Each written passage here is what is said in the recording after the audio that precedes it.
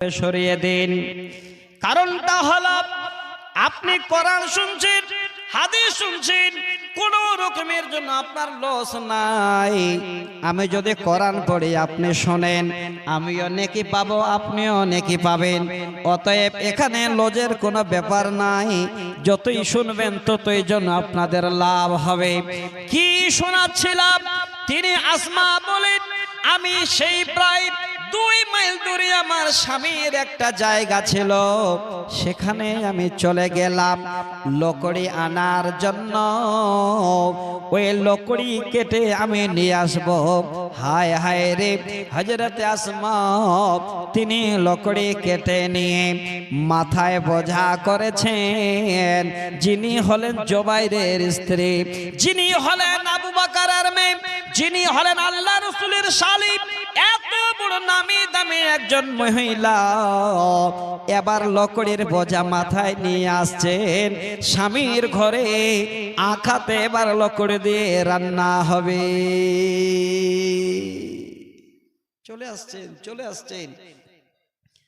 ঠিক সেই দিন সফর থেকে আল্লাহ রাসূল যাচ্ছেন,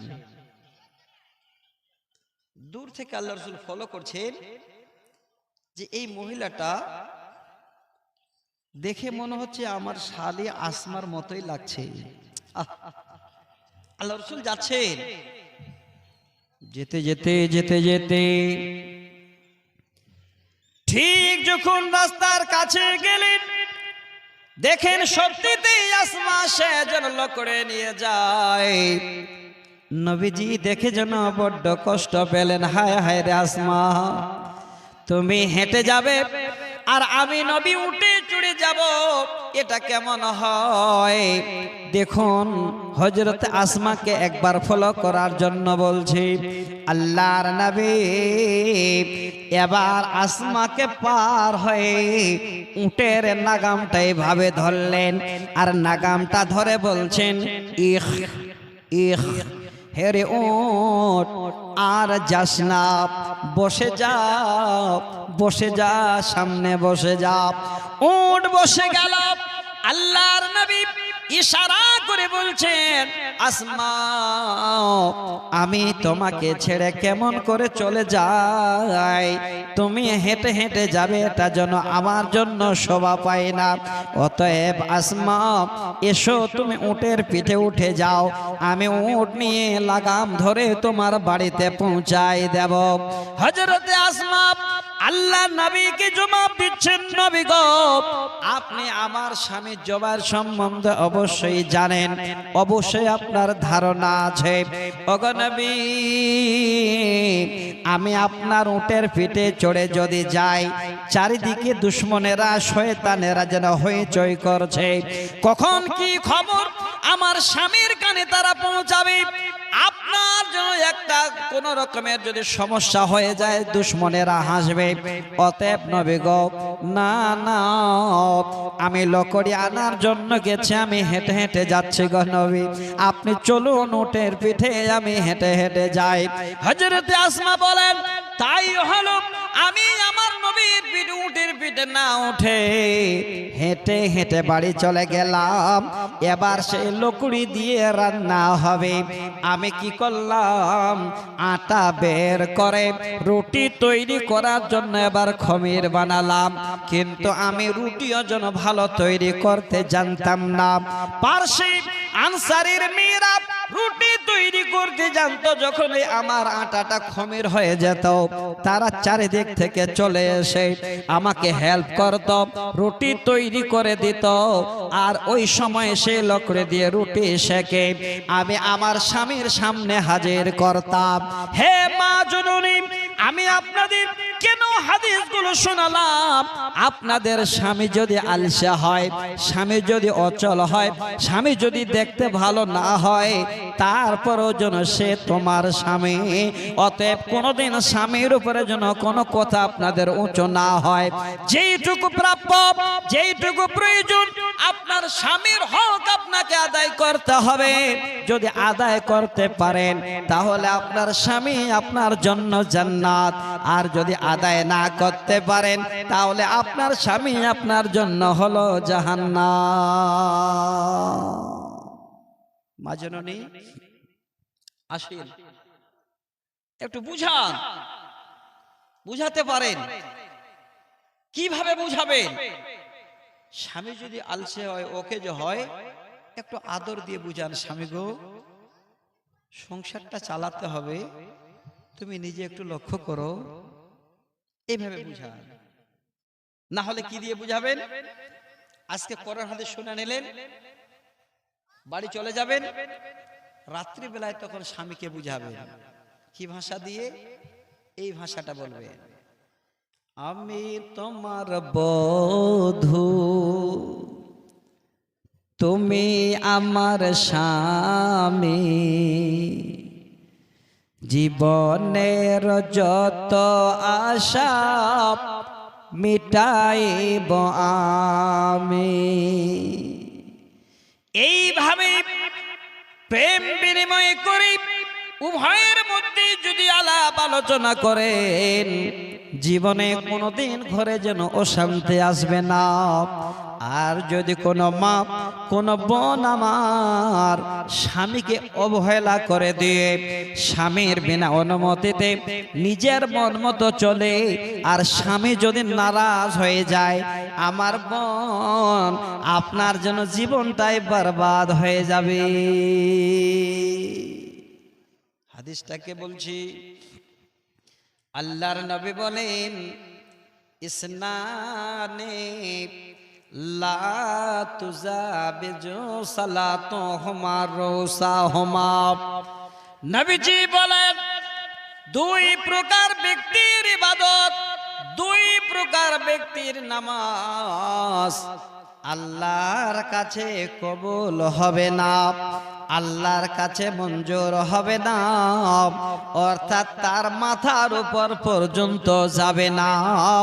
এই দুই প্রকারের মানুষকে হাদিসের শব্দে আসুন। দুই শ্রেণীর মানুষ,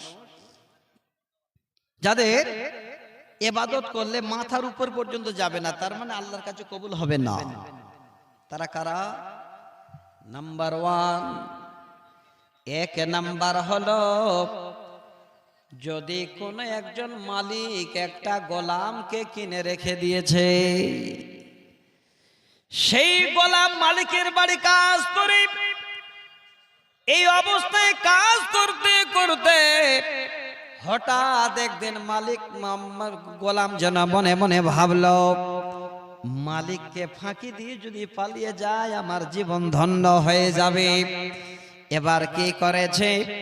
মালিক কাজে পাঠিয়েছে, আর এ কাজ না করে লুকিয়ে যেন এবার পালিয়ে চলে গেছে। সেই গোলাম ভাববে, আমি কাজ থেকে বেঁচে গেলাম, আমি সম্পূর্ণ মালিকের কাছ থেকে যেন বেরিয়ে আসলাম।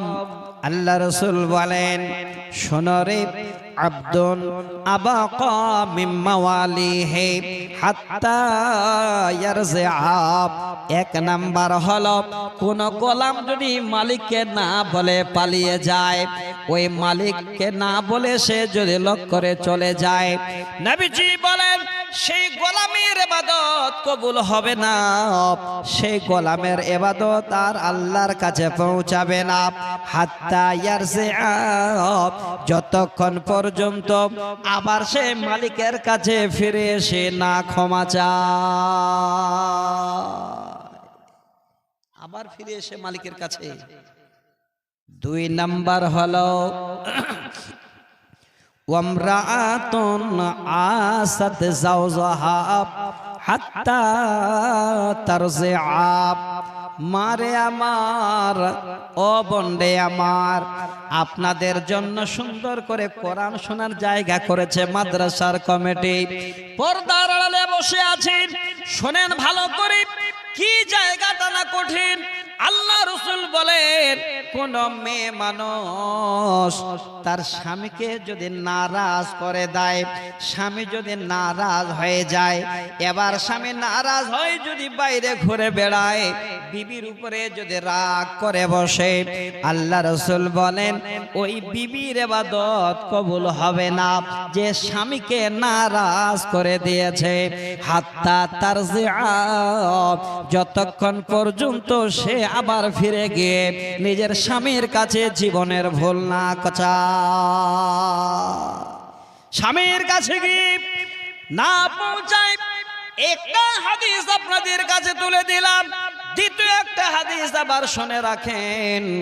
আল্লাহ রাসূল বলেন কোন ঘরে যদি কোন নারীরা স্বামীকে যদি অবহেলা করে, স্বামীকে নারাজ করে দেয়, আর স্বামী যদি রাগ করে বাইরে বসে থাকে, নবীজি বলছেন যতক্ষণ পর্যন্ত স্ত্রী স্বামীকে রাজি না করাতে পারবে, লানাতুহুমুল মালায়েকা, আল্লাহর ফেরেশতারা ততক্ষণ পর্যন্ত সেই বিবির জন্য লানত করবে। মাজনুনি সোজা রাস্তা জান্নাত যাওয়ার।